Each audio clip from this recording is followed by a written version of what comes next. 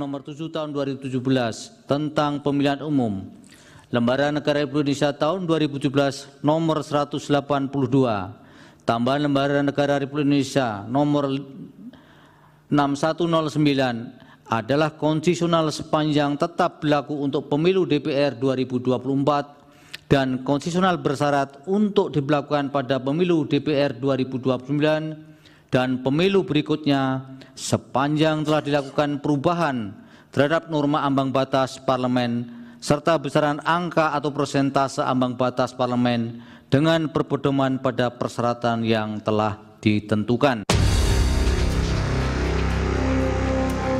Lewat putusan ini, MK mengabulkan sebagian gugatan Perkumpulan Pemilu untuk Pemilu dan Demokrasi atau Perludem tentang penerapan ambang batas 4%. MK memerintahkan pembentuk undang-undang yakni pemerintah dan DPR mengubah ketentuan ambang batas parlemen 4% suara sah nasional melalui revisi Undang-Undang Pemilu. Hal ini pun disambut gembira oleh Partai Solidaritas Indonesia. Politisi PSI RD Armando menyebut angka ideal parliamentary threshold yakni 2,5%. Ade memastikan putusan MK menguntungkan bagi partainya. Ade juga menegaskan sebelumnya angka 4% ambang batas parlemen hanya menguntungkan partai-partai besar. PSI akan dengan sangat gembira menyambut keputusan tersebut ya, karena memang sejak lama kami sebetulnya juga berharap itu bisa diubah aturan minimal 4% tersebut, karena itu menghambat ya, contohnya PSI lah 2019, saya nggak tahu 2024 ini kami akhirnya tidak jadi masuk ke DPR walaupun beberapa kandidat kami memiliki suara yang sangat tinggi ya, hanya karena terhalang oleh aturan 4% tersebut. Aturan tersebut menurut kami sama sekali tidak layak, tidak diperlukan, dan saya rasa ini lebih memang mencerminkan adanya keinginan dari partai-partai besar yang terganggu dengan kehadiran partai-partai kecil yang barangkali juga berkualitas, tapi sementara Partai Golkar akan mengkaji hasil putusan Mahkamah Konstitusi soal ambang batas parlemen 4% yang mulai berlaku mulai 2029. Namun, Wakil Ketua Umum DPP Golkar Erwin Aksa bilang ambang batas parlemen harus dihitung. Jangan sampai muncul parpol yang menghadirkan ideologi baru saat di parlemen nanti. Saya kira kita akan melihat kembali apakah hasil MK tersebut kemudian perlu kita kaji lagi di DPR nanti. Tapi bagi Partai Golkar kita ingin kualitas politik Indonesia ke depan lebih bagus, caleg-calegnya atau anggota DPR-nya lebih berbobot. Ya, kita berharap juga ideologi negara kita dipertahankan. Kita tidak ingin ada partai baru muncul kemudian bisa membawa ideologi-ideologi yang kemudian bisa membawa perpecahan bangsa ini. Di sisi lain, calon wakil presiden sekaligus mantan Menko Polhukam Mahfud MD memuji putusan MK yang menghapus ketentuan ambang batas parlemen sebesar 4% dan baru berlaku di 2029. Mahfud mengapresiasi perubahan aturan berlaku di periode berikutnya tak seperti perubahan syarat Capres-Cawapres. Mahfud bilang perubahan itu masih harus diputuskan pemerintah dan DPR dengan mengubah undang-undang. Bagus, memang harus begitu. Berlakunya itu harus di dalam tradisi hukum di seluruh dunia. Kalau ada perubahan aturan yang memberatkan atau menguntungkan seseorang harus pada periode berikutnya. Termasuk misalnya seharusnya usia calon presiden, wakil presiden itu kalau mau berlaku pemilu yang akan datang seharusnya ya. Dan itu sudah disuarakan, tapi waktu itu MK-nya ya begitu memutuskannya, meskipun itu sebenarnya substansinya putusan itu salah. Dalam putusannya, MK menyebut ketentuan ambang batas parlemen 4% tidak sejalan dengan prinsip kedaulatan rakyat, keadilan pemilu, dan melanggar kepastian hukum yang dijamin oleh konstitusi. Lantas, dengan diubahnya ambang batas ini, siapakah yang diuntungkan? Tim Liputan Kompas TV. Mahkamah Konstitusi mengabulkan sebagian gugatan ambang batas parlemen sebesar 4%, di mana keputusan ini harus diubah sebelum pemilu serentak pada tahun 2029. Lantas bagaimana perubahan ambang batas parlemen ini terhadap partai-partai yang tadinya belum diakui keberadaannya di parlemen, dan apakah dengan perubahan atau diubahnya angka 4% ini benar secara adil memberikan peluang tidak hanya pada partai besar? Kita ulas bersama anggota DPR dari fraksi PDI Perjuangan, Hendrawan Supratikno, lalu Wakil Ketua Umum Partai Amanat Nasional yang juga anggota DPR, Viva Yoga Mauladi, Ketua DPP PSI Sheryl Tanzil, dan analis komunikasi politik dari Universitas Padjadjaran Kunto Adi Wibowo. Selamat pagi semuanya. Selamat pagi. Ya. Selamat pagi, halo selamat pagi. Baik, saya ke Prof. Hendrawan dulu. Prof, respons Anda atas putusan MK yang mengubah ambang batas kemarin ini bagaimana? Ya, berarti membuka kotak Pandora, menciptakan atau melahirkan perdebatan baru, karena ini perdebatan yang sudah sangat lama di DPR ya. Betul. Dan angka 4% itu dianggap angka yang optimal, bisa diterima oleh semua pihak. Karena banyak yang menginginkan angka itu lebih tinggi lagi. Mengingat sistem presidensial yang kita jalankan ini lebih kompatibel, lebih cocok, lebih pas dengan sistem multipartai sederhana. Itu sebabnya agenda utamanya adalah bagaimana menyederhanakan sistem kepartean kita. Jadi saya ingat betul di paripurna pun masih ada yang ingin mendesakkan angka 5-7%. Saya tidak menyebut nama teman kita ya, legislator yang usul seperti itu. Jadi itu sebabnya kalau nanti diperdebatkan lagi akan muncul perdebatan yang sengit ya, penuh dengan argumentasi pro dan kontra. Tetapi oke lah, keputusan ini sudah diambil dan kami semua fraksi sudah siap-siap dengan amunisi untuk berdebat kembali. Iya. Begitu Mas. Oke, ini bakal sibuk lagi nanti, mungkin akan dibahas segera di Komisi 2 DPR ya, nanti untuk membentuk panitia khusus begitu untuk membahas berapa besaran yang paling ideal untuk parliamentary threshold atau ambang batas. Jadi sebenarnya Mas, ya, ini salah satu dimensi dari paket perdebatan. Ada paket-paket lain ya, seperti misalnya presidential threshold, bagaimana sistem penataan kursi di dapil, konversi suara menjadi kursi dan seterusnya. Ini tiap kali menjelang pemilu selalu diperdebatkan. Baru tahun 2024 ini sejuk tenang. Karena apa yang berlaku tahun 2019 diperlakukan kembali tahun 2024. Nah, kalau sekarang Mahkamah Konstitusi mempersoalkan hal ini, berarti Mahkamah Konstitusi memicu perdebatan baru. Ya, saya sempat menyimak pernyataan Anda juga, Prof. Hendrawan. Anda menyebut angka 3% sampai 5% ini sebenarnya masih relevan. Tapi sebenarnya jika ini diturunkan lagi sebagai representasi kepentingan, kalau kita bicara kepentingan, sebenarnya kepentingan siapa angka-angka ini? Ya, kami mengamati ada partai yang 2 kali ini terus-menerus berjuang dan kami khawatir frustrasi lama-lama ini. Itu sebabnya dengan menurunkan angka ini sedikit mungkin siapa maksudnya nih Prof. Hendrawan? Partai yang berjuang 2 periode.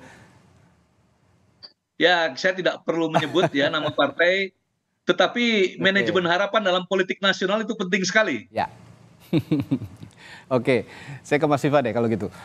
Respons Anda Mas Viva soal ambang batas parlemen yang sudah ditetapkan 4%, lalu sekarang diminta direvisi lagi oleh pembuat undang-undang, dalam hal ini DPR, Anda juga nanti yang akan membahas. Bagaimana Mas Viva? Secara politik berapapun jumlah angka parliamentary threshold bagi PAN tidak ada masalah karena PAN sekarang kira-kira 7, sekian persen ya. Tapi menurut saya ada beberapa hal yang prinsip berkaitan dengan threshold atau ambang batas. Apakah itu parliamentary threshold atau presidential threshold. Yang pertama, ambang batas parliamentary threshold itu dari sisi teorinya, semakin tinggi nilai parliamentary threshold akan menyebabkan semakin besar disproporsionalitas. Artinya akan banyak suara sah yang nasional tidak bisa dikonversi menjadi kursi. Contoh misalnya pada tahun 2009 kemarin, suara sah nasional yang tidak bisa dikonversi menjadi kursi ada 14,4%, 2014 ada 10,6%, 2019 ini ada 11,12%. Kita belum tahu berapa nanti angka suara sah yang tidak bisa dijadikan kursi untuk 2024. Nah, meskipun parliamentary threshold ini bersifat tidak nasional, hanya berlaku untuk DPR RI, tidak berlaku untuk DPRD provinsi dan kabupaten kota, maka dari Mahkamah Konstitusi tidak boleh 4%, kalau menurut akal sehat ya harus kurang dari 4%. Gitu. Tidak boleh lebih, karena kalau lebih akan menyebabkan disproporsionalitas dalam pemilu. Yang pertama. Ya. Yang kedua, tidak ada batasan berapa jumlah ideal dari angka parliamentary threshold, karena tiap-tiap negara memiliki basis kultural politik masing-masing. Ya. Saya 2 kali sebagai anggota Pansus RUU Pemilu, perdebatan soal undang-undang pemilu itu hanya ada 5 saja, 5 hal prinsip gitu. Pertama soal sistem pemilu, 2 alokasi kursi per dapil, 3 parliamentary threshold, 4 presidential threshold, dan yang 5 cara model penghitungan suara. Nah, ini Mahkamah Konstitusi sudah beberapa kali ya melakukan pengabulan terhadap gugatan parliamentary threshold dari 2,5% menjadi 3%, menjadi 4%, sekarang digugat tidak boleh 4% lagi. Nah, ini yang presidensial threshold dari zaman Nabi Adam sampai Adam Malik, sampai Malik di esensial, tidak pernah berubah meskipun banyak gugatan. Padahal kan itu legal policy sama-sama gitu loh. Sama-sama, tapi begini, untuk parliamentary threshold, ini kita khusus bicara soal parliamentary threshold ya, memang ada bahasa Prof ya, dari Pansus itu soal penyederhanaan partai politik. Nah, ini ada banyak tafsir. Penyederhanaan partai politik itu apakah menyangkut jumlah ya, atau menyangkut perspektif ideologi. Karena dalam sistem presidensial, dengan sistem multi partai yang terbatas ini, berapa jumlah ideal dari partai politik gitu loh. Kalau menurut saya, satu, harus mempertimbangkan aspek disproporsionalitas. Jangan sampai pemilu itu disproporsionalitas karena penerapan parliamentary threshold yang tinggi. 2, pengetatan dari syarat-syarat administratif pendirian partai politik. Kalau berdirinya partai politik gampang, ada 50 orang. Tapi syarat menjadi peserta pemilu itu harus diperketat. Misalnya 100% memiliki struktur pengurus di provinsi sudah, 100% memiliki pengurus di kabupaten kota sudah. Nah, yang tingkat kecamatan sekarang kan cuma 50%, harus ditingkatkan lagi, apakah 80% apa 90% gitu loh. Itu harus ditingkatkan lagi agar apa? Mencegah jangan sampai terjadi suara sah yang hilang. Itu juga akan bisa mengurangi partai politik abal-abal yang ingin menjadi menjadi peserta pemilu tapi tidak punya daya dan upaya gitu. Oleh karena itu perdebatan ini akan muncul lagi setelah Pilpres selesai ini. Kita akan diskusikan di DPR bersama dengan pemerintah dalam bentuk pansus, pasti dalam bentuk pansus, karena ini adalah undang-undang pemilu yang menyangkut hajat hidup partai politik gitu. Jadi sangat luas spektrumnya. Ya, saya tertarik dengan gagasan Anda soal penyederhanaan partai politik dan juga tadi syarat-syarat partai politik menjadi peserta pemilu. Tapi saya akan tanyakan nanti. Saya akan tanyakan dulu soal tadi juga Anda menyinggung soal ini, Mas Viva, soal banyak suara yang terbuang gitu ya. Setiap pemilu banyak yang suara terbuang. Rata-rata di atas 10%. Ini kan juga jadi jadi perhatian bersama, bahkan masyarakat juga, wah saya milih satu partai tertentu tapi ternyata tidak bisa mewakili suara saya, misalnya begitu. Banyak yang menganggap bahwa ini juga tidak ideal. Lalu menurut Anda bagaimana untuk agar suara ini juga tidak terbuang begitu, setiap tahunnya juga sangat besar, di atas 10%, Mas Viva? Iya, jadi menurut saya satu, pengetatan partai politik sebagai peserta pemilu itu harus diperketat. Kepesertaan. Gitu. Kalau kan persyaratan 50% di setiap kecamatan atau distrik itu kan sangat longgar. Terus yang kedua, memang untuk definisi dari penyederhanaan partai politik itu jangan dilihat dari jumlahnya, tetapi dari pendekatan ideologinya. Gitu. Karena proses stabilisasi dan harmoni politik itu kan bukan dari jumlah partai politiknya. Karena apa? Masyarakat Indonesia ini kan masyarakat yang plural, yang terdiri dari berbagai suku agama ras yang secara sosiologis apabila mereka memiliki cita-cita dan kesamaan nasib, mereka menjadi interest group terus bisa menjadi partai politik, ya tidak boleh diberangus. Biarkan mereka berkompetisi menjadi kekuatan politik baru. Makanya kalau kemudian parliamentary threshold-nya terlalu tinggi dan pengetatan persyaratan dari partai politik menjadi peserta pemilu itu terlalu longgar, maka sama saja akan terjadi suara-suara yang hilang yang tidak bisa dikonversi menjadi suara, gitu. Tidak bisa dikonversi menjadi kursi. Itu masalah. Kalau kemudian hanya 2% atau 3% suara sah nasional yang tidak bisa dikonversi menjadi kursi, itu bisa ditoleransi secara teori. Tapi ini lebih dari 10%. Makanya kalau mendirikan partai politik baru, partai politik parliamentary threshold itu dapat kursi banyak di DPR. Ya, oke. Ya, saya ke Cheryl sekarang. Cheryl, partai Anda ini menyambut baik sebenarnya Partai Solidaritas Indonesia dari putusan MK yang meminta untuk merevisi kembali ya ambang batas parlemen sejumlah 4%. Ya, kita tahu selama 2 kali pemilu, mungkin yang sekarang juga PSI masih sepertinya masih berusaha untuk menaikkan jumlah suaranya untuk memenuhi ambang batas. Nah, ini diberlakukan di 2029. Keputusan yang diambil MK ini menurut Anda rasional? Sebenarnya kalau kita mengikuti perjalanan PSI dari 2019 memang kita sudah menyuarakan ini ya, bahwa ambang batas 4% ini kan dibentuk oleh partai-partai yang sebenarnya mereka sendiri pun lolos di saat 2009 itu 2,5% PT-nya. Lalu 2014 naik lagi menjadi 3,5, 2019 4%. Kami sih cukup apresiasi juga kalau semangatnya memang menyederhanakan ya parpol-parpol yang ada seperti tadi yang dikatakan oleh Prof. Hendrawan.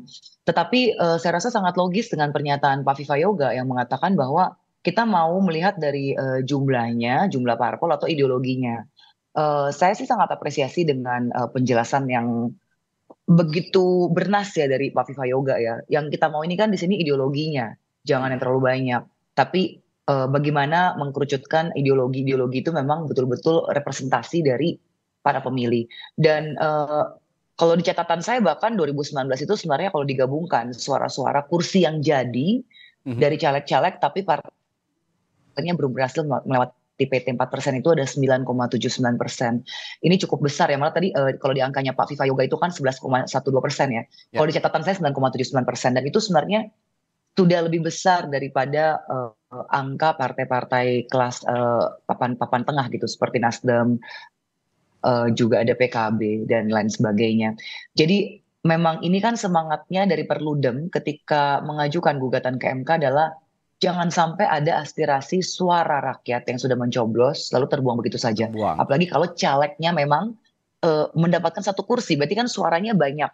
Dari sini kan begitu sayang gitu ada 9,79% yang terbuang suara rakyat.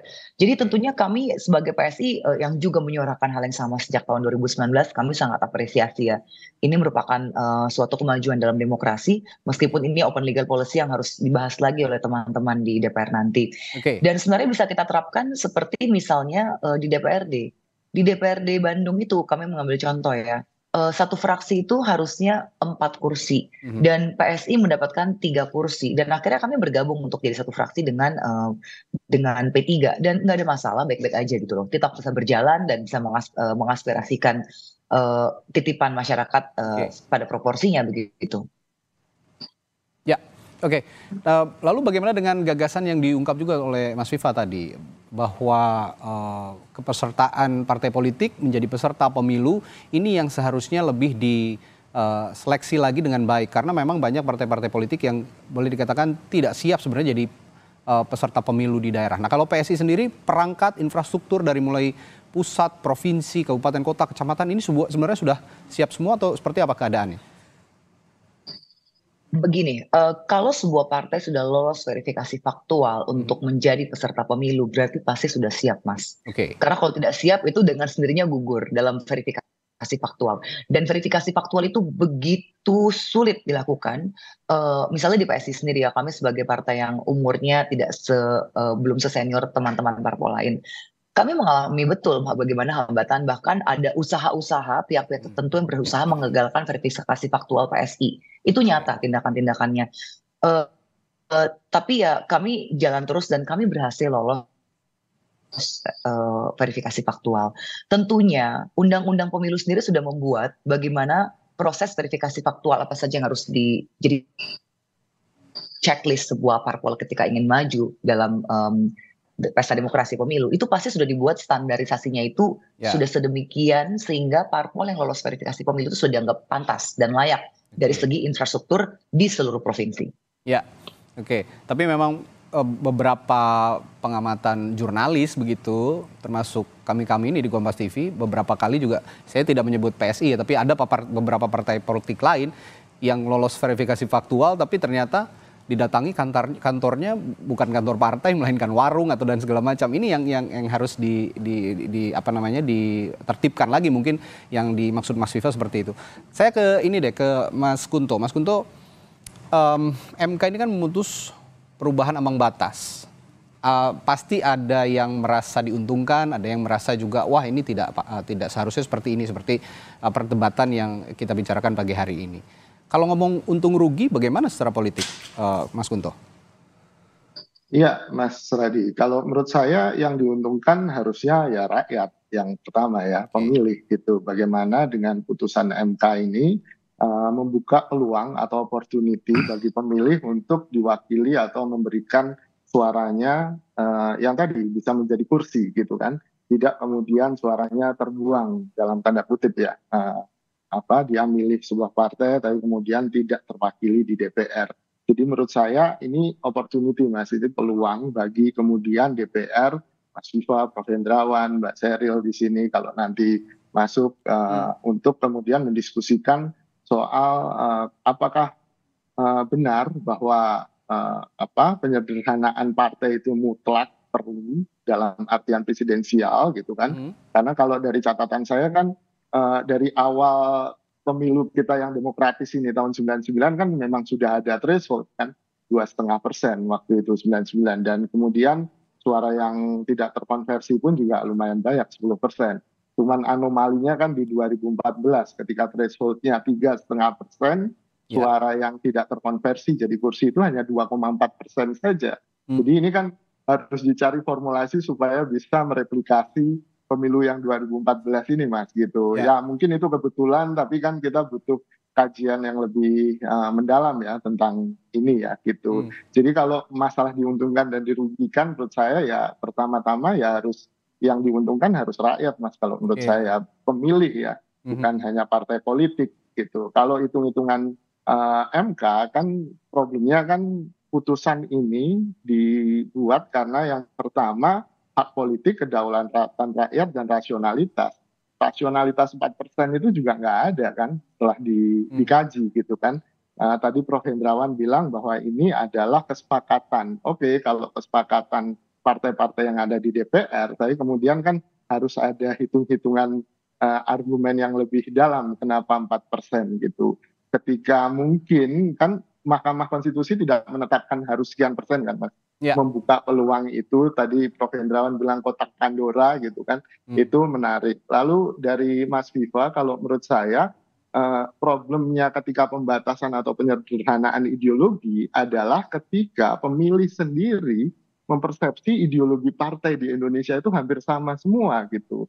Hampir tidak ada pembedaan yang luar biasa atau yang signifikan antar partai gitu. Sehingga kita bisa lihat dari pemilu ke pemilu, pemilih kita ya modelnya swing voter gitu kan, ke sana sini, dan itu kan juga perlu dikaji apakah kemudian dengan parliamentary threshold dengan situasi pemilih yang sedemikian rupa itu lebih menguntungkan pemilih atau justru merugikan pemilih. Menurut saya itu Mas yang jadi penting.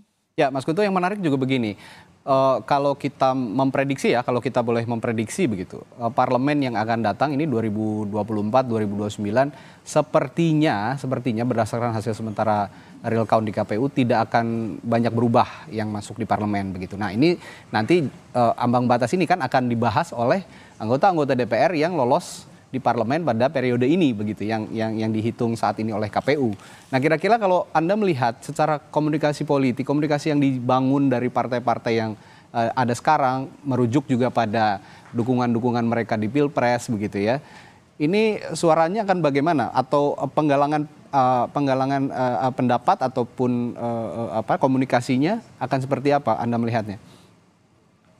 Saya melihatnya ini kan peluang ketika PDI Perjuangan yang juga paling sponsor utama dalam, mohon dikoreksi ya Prof. Indrawan, soal penyederhanaan partai ini dan kemudian dikonversi jadi parliamentary threshold.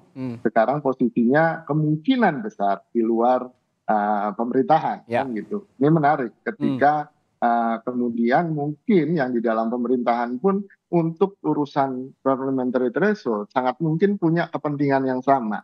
Ada irisan kepentingan. Jadi ya kita lihat memang sangat dinamis, tapi saya sangat mendorong partai-partai ini kemudian melakukan partisipasi publik yang luas. Karena itu yang kemudian didorong juga oleh MK kan, bahwa akhirnya DPR harus kemudian melibatkan masyarakat dalam bentuk partisipasi yang bermakna dalam penentuan atau revisi undang-undang pemilu ini. Tidak hanya soal parliamentary threshold, tapi juga presidensial threshold, penghitungan suara, proporsi seperti tadi yang diceritakan oleh Mas Viva gitu, Mas Tadi. Oke, ini menarik karena memang komposisi dukungan meskipun di Pilpres dukung capres siapa dan siapa begitu, bisa jadi ya partai politik juga akan mengamankan kepentingannya sendiri begitu ya untuk urusan parliamentary threshold ini. Saya kembali nanti ke Prof. Hendrawan setelah jeda untuk menanyakan ide tadi dari Mas Viva Yoga, Pak Prof. Hendrawan, soal penyederhanaan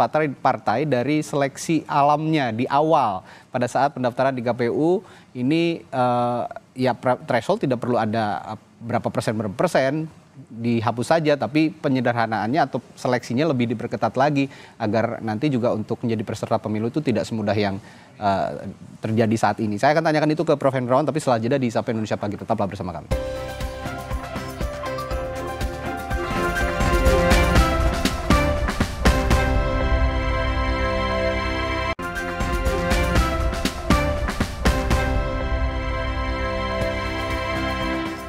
Masih membahas ambang batas parlemen yang sekarang 4% diminta untuk direvisi oleh Mahkamah Konstitusi yang sudah memutus beberapa hari yang lalu. Nah, saya tadi sebelum jeda menanyakan ke Prof. Hendrawan dari PDI Perjuangan bagaimana soal ide yang muncul bahwa seleksi alam ini dilakukan dari awal begitu. Ketika partai politik ini menjadi peserta pemilu, tidak usah ada threshold, tapi diseleksi dari awal, ini layak atau tidak jadi partai politik peserta pemilu. Kira-kira ide seperti ini logis, Pak Hendrawan? Ide tersebut logis dan sudah pernah diperdebatkan. Tetapi karena tema sentral saat itu dalam perdebatan adalah bagaimana membuat sistem presidensial ini lebih efektif, dan pelajaran sejarah di negeri manapun menyatakan bahwa sistem presidensial hanya kompatibel dengan sistem multipartai sederhana. Itu sebabnya pertanyaannya kurang lebih berapa partai yang pas agar sistem presidensial kita berjalan dengan baik. Saat itu teman-teman datang dengan angka 5 sampai 7 partai politik. Ya, tadi Mas Viva Yoga mengatakan spektrum ideologinya. Tetapi yang dikatakan Pak Kunto betul. Spektrum ideologi kita ini sudah sangat hampir nyaris identik lah, karena asas pendirian partai politik, ya, kemudian juga sumber hukum negara sudah jelas dalam pembentukan peraturan perundang-undangan. Jadi itu sebabnya semua partai cenderung menjadi partai ke tengah, catch all parties, ya. Jadi itu sebabnya akhirnya aspek representativitas yang disampaikan Viva Yoga tadi, karena banyak sekali latar belakang sosial kultural yang berbeda, itu oleh teman-teman dianggap oke, dengan 5-7 partai itu relevan lah. Itu sebabnya angkanya kenapa diperjuangkan kalau bisa 5-7%. Studi komparatif kami ke sejumlah negara yang demokrasinya cukup matang juga demikian. Angkanya rata-rata 5-7%. Mas Viva Yoga tahu karena ikut studi komparatif itu. Sebabnya mengapa kita terapkan dengan bijaksana, dimulai dulu dengan 2,5%. 2,5%, oh bagus, teman-teman bisa melenting lebih tinggi, tingkatkan lagi menjadi 3,5%. Bisa melenting lebih tinggi lagi. Saat itu langsung ingin 5%. Tetapi dengan kebijaksanaan para legislator, kita ubah menjadi 4% dulu. Dan 4% sepertinya dirasa pas. Ya, karena stabilitas partai politik yang ada di Senayan relatif stabil. Ya, sekarang dibuka lagi kotaknya oleh Mahkamah Konstitusi, berarti kita akan berdebat lagi, memulai lagi perdebatan yang sudah 20 tahun ini terjadi, dan tidak apa-apa kalau pertimbangannya adalah sekali lagi tadi kepastian hukum macam-macam, ya. Tetapi bagi kami sebenarnya masa demokrasi kita transisi terus, sudah saatnya kita memasuki konsolidasi demokrasi, konsolidasi partai politik. Saya kira itu. Baik. Ini saya juga minta komentarnya dari Mas Viva. Demokrasi masa demokrasi kita mau transisi terus? Kapan ajaknya gitu kira-kira Mas Viva kalau pertanyaan Prof. Hendrawan seperti itu? Respons Anda bagaimana? Iya, penyederhanaan partai politik itu dalam rangka untuk membangun stabilitas politik dalam sistem presidensial gitu ya. Nah, dalam kerangka itu banyak sekali wacana yang menyatakan istilah penyederhanaan partai politik itu adalah menyederhanakan jumlah partai politik jangan terlalu banyak, karena sistem kita adalah sistem multi partai terbatas. Pertanyaannya berapa sih yang paling banyak gitu. Makanya ini kan jadi perdebatan. Jadi perdebatan di pansus juga jadi perdebatan gitu. Makanya stabilitas politik itu kalau menurut kami bukan ditentukan oleh berapa jumlah partai politik, tetapi dari perbedaan ideologi politik dari partai politik masing-masing. Ekstrem kiri, ekstrem kanan, itu kan pasti terjadi suasana konfliktual. Kalau di Indonesia, persoalan itu sudah tidak ada lagi. Gitu. Problemnya adalah dengan persyaratan untuk menjadi partai politik peserta pemilu yang sedikit longgar, itu memberikan inspirasi bagi civil society untuk membangun partai politik dan mencita-citakan partai politik supaya ikut pemilu. Makanya harus diperketat dulu gitu loh. Persyaratannya ditambah, diperketat ya. Terus yang kedua, berapa nilai ideal parliamentary threshold itu juga harus berdasarkan kepada prinsip-prinsip demokrasi. Bahwa one person, one vote, one value itu adalah bagian penting dalam proses pemilu. Tidak boleh ada suara sah yang tidak bisa dikonversi menjadi kursi terlalu banyak. Oleh karena itu, parliamentary threshold itu juga harus ada. Tetapi kalau lebih dari 4%, itu teorinya, Prof, teorinya pasti akan terdapat jumlah suara sah nasional yang tidak bisa dikonversi menjadi kursi apabila persyaratan administratif dari partai politik tidak diperketat gitu. Karena dengan semakin banyaknya partai politik, kalau parliamentary threshold lebih dari 4%, saya sangat yakin proses disproporsionalitas pemilu itu akan semakin tinggi. Misalnya ini parliamentary threshold-nya 4%, ada yang merasa kami tidak sanggup untuk membuat partai politik lolos di parlemen. Itu tidak begitu semuanya. Ada yang menyatakan ya kita ikut pemilu 2024 sebagai stepping stone untuk pemilu 2029. Gitu loh. Jadinya ini adalah beberapa wacana yang berkembang di masyarakat. Intinya bahwa parliamentary threshold itu harus direvisi sesuai dengan putusan MK. Berapa putusannya harus mempertimbangkan satu, ya jangan sampai terjadi disproporsionalitas yang tinggi. Yang kedua, partai politik peserta pemilu syarat-syaratnya harus diperketat dalam rangka untuk mengurangi suara sah nasional yang tidak bisa dikonversi menjadi kursi apabila partainya tidak lolos parliamentary threshold di DPR RI. Yang ketiga, parliamentary threshold juga tidak boleh digunakan sebagai alat untuk membunuh partai politik baru, gitu. Karena setiap aspirasi masyarakat kan pasti akan berkembang, gitu. Nah, proses stabilisasi politik itu sekali lagi bukan ditentukan oleh jumlah partai politik, tapi karena perbedaan ideologi yang ekstrim, tapi di Indonesia sudah tidak ada, dan kita akan mengawali proses demokrasi ini dan akan berdiskusi lagi untuk kembali lagi dengan narasi-narasi yang baru tapi lama, dan itu nanti akan ditentukan berdasarkan konsensus dari seluruh partai politik yang lolos di Senayan. Saya akan kembali tegaskan soal ideologi ini tadi. Stabilisasi bukan jumlah parpol tapi dilihat dari ideologi. Maksud Anda Mas Viva, jadi kalau memang partai politik ini punya ideologi yang sama dengan partai politik lain, yang bergabung sajalah gitu, kira-kira begitu ya Mas Viva? Oh, tidak bisa juga, karena gini, untuk membangun stabilitas politik itu bukan ditentukan oleh jumlah partai politik, tapi karena perbedaan ideologi yang ekstrim. Kan dulu komunisme dengan Islam itu kan ekstrim, pasti kan terjadi konflik. Nah, masing-masing partai politik itu memiliki ideologi politik sendiri-sendiri. Kasus USI tahun 71 itu juga tidak bisa menjamin bisa terus langgeng, karena mengumpulkan rumpun ideologi yang sama, Islam dengan yang sama, terus dengan yang sama, itu juga tidak bisa begitu, karena itu akan mengekang proses kebebasan politik masyarakat. Biarkan saja ya civil society, masyarakat sipil ini bergerak, berdiskusi, berwacana, dan mengeluarkan aspirasinya. Tetapi untuk menjadi partai politik peserta pemilu harus diperketat syaratnya. Kalau tidak bisa diperketat, nanti akan menambah jumlah partai politik baru dengan parliamentary threshold sekian persen, pasti akan menambah jumlah suara sah nasional yang tidak bisa dikonversi menjadi kursi, akan hilang ke laut gitu. Ya, syaratnya diperketat. Kalau memang tidak memenuhi syarat untuk menjadi peserta pemilu, ya tentu saja tidak bisa dipilih, tidak akan ada yang memilih partai tersebut karena tidak ada yang tidak tercantum dalam kertas suara, begitu kira-kira.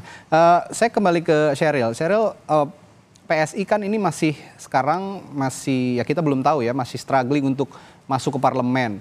Kalau memang nanti pada akhirnya PSI kembali tidak ada di parlemen, perjuangan yang soal parliament threshold ini, perjuangan yang Anda akan lakukan dari PSI kira-kira dan teman-teman di PSI, bagaimana untuk mengawal pembahasan kembali soal ambang batas parlemen ini yang akan datang, Sheryl? Ya, kami sih masih akan konsisten dengan apa yang kami suarakan di 2019 lalu ya. Semangatnya adalah bukan mengenai berapa persennya, tapi semangatnya adalah bagaimana supaya suara rakyat tidak terbuang percuma. Jadi semangatnya itu. Tapi untuk saat ini kita masih fokus untuk mengawal suara ya Mas. Karena ini habis live juga saya rencana pergi ke KPU. Masih mau kawal satu-satu nih berkas-berkas dari kecamatan kan yang beberapa udah naik ke KPU. Ya, artinya kan belum ada di parlemen. Jika nanti belum ada di parlemen, kanal mana yang akan diperjuangkan, lewat mana perjuangan itu akan disalurkan, lewat mana gitu maksud saya, untuk mengawal kami belum membahas ke situ. Kami belum membahas ke situ ya Mas ya, nanti ditunggu saja bagaimana, karena saat ini nih kami masih, ini kan masa-masa kritis sampai tanggal 20 ya.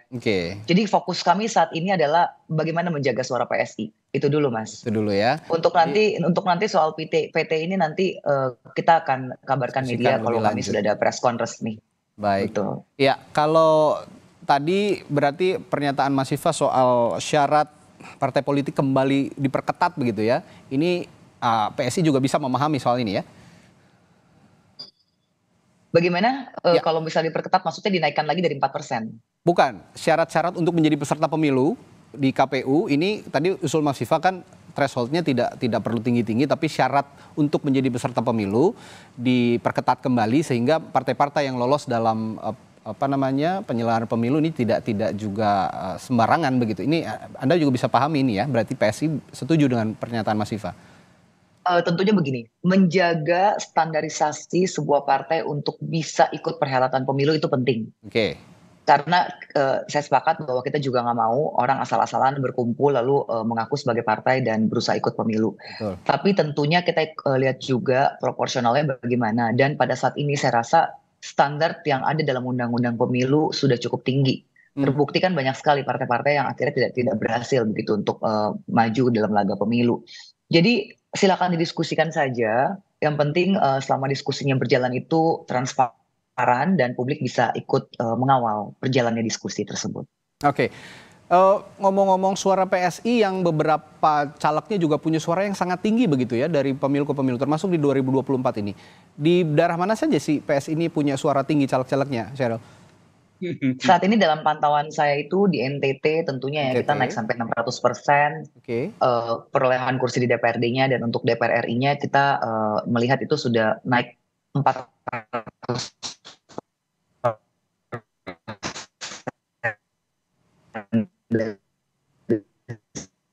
satu kursi.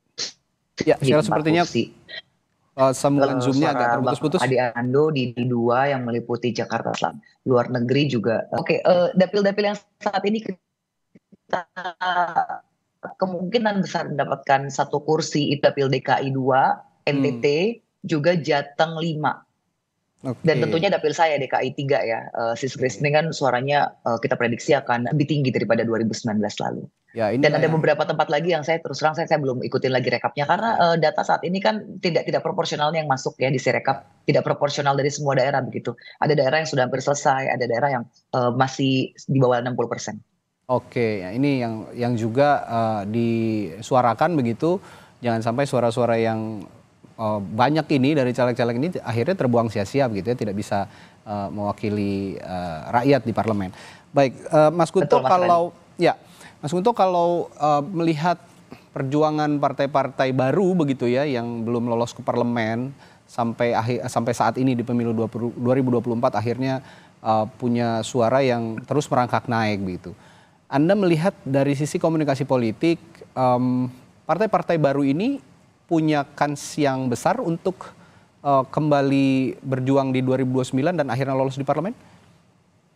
Ya Mas, kalau menurut saya begini Mas, problem kenapa partai baru di Indonesia itu susah atau barrier to entry-nya itu sangat ketat, sangat besar. Itu karena yang pertama, masyarakat kita, pemilih kita itu tidak diedukasi atau teredukasi tentang sebenarnya fungsi dan tugasnya anggota DPR itu apa sih gitu. Saya kemarin survei ke anak-anak muda gitu, milenial ke bawah, yang itu marketnya Mbak Sheryl gitu kan, partainya Mbak Sheryl, itu hanya kurang dari 30% yang paham tentang tugas dan fungsinya DPR gitu. Ini kan jadi masalah kan ketika seorang calon legislatif atau partai harus jualan untuk dipilih gitu kan dia nggak bisa kemudian ngomong soal tugas eksekutif, misalnya bangun jalan, ya kan, nggak mungkin gitu. Tapi di persepsi masyarakat, pejabat itu ya yang bisa membangun infrastruktur memudahkan hidup mereka gitu. Dan ini kan lag atau gap pengetahuan yang besar ini yang membuat akhirnya kompetisi di pemilu legislatif, mohon maaf ini ya, lebih banyak pada bantuan sosial, money politik gitu kan Mas. Sehingga akhirnya ya tentu saja ngomongnya sudah harus ngomong kapital kan akhirnya, ekonomi capital kan gitu. Partai yang punya ekonomi kapital tinggi, yang lebih established, yang lebih mapan tentu akan punya daya kompetisi yang jauh lebih tinggi, dan ini tentu menyulitkan partai-partai baru selama pemilihnya seperti itu kan gitu. Jadi menurut saya edukasi pemilih jadi sangat penting, dan salah satu entry point-nya putusan MK ini entry point untuk pendidikan politik sih menurut saya Mas. Bagaimana akhirnya pemilih paham soal apa itu parliamentary threshold, apa itu yang sederhana saja lah, tugas dan fungsi DPR itu saja dulu gitu. Jadi jangan sampai kemudian caleg atau partai jualannya jualan tugas eksekutif gitu kan. Nah ini yang menurut saya penting dan harus diperbaiki, dan saya setuju akhirnya kan ini merefleksikan kenapa demokrasi kita masih transisi terus. Seperti yang dibilang Pak Hendrawan tadi ya. Iya kan. Karena ya problemnya di pendidikan politik yang salah satunya tugas partai politik ini. Betul, itu tidak kemudian ditranslasi dengan baik. Nah, efeknya masih perlu didorong lagi, itu sih Mas. Ya ini tugasnya Prof. Hendrawan, Mas Viva dan Sheryl juga ini memberikan pemahaman benar-benar kepada konstituen begitu.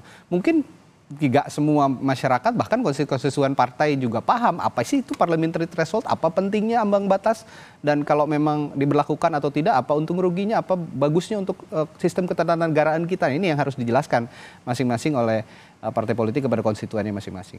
Baik, terima kasih perbincangan kita menarik hari ini. Kita tunggu nanti berapa sih sebenarnya angka yang ideal untuk parliamentary threshold, untuk ambang batas parlemen pada periode selanjutnya pada 2029. Ini kalau bicara untung rugi ya bicara lagi kepentingan partai politik masing-masing begitu ya. Kalau kita lihat nanti pembahasannya akan berlangsung di DPR pada periode 2024-2029 ini. Terima kasih Prof. Hendrawan Supratikno dari PDI Perjuangan, Mas Viva Yoga dari Partai Amanat Nasional, Syahril Tanzil dari Partai Solidaritas Indonesia, dan juga ada Mas Kunto Adiwibowo dari Universitas Padjadjaran telah berbagi perspektifnya pagi hari ini soal ambang batas parlemen. Terima kasih, sehat selalu semuanya. Terima kasih, salam kebangsaan.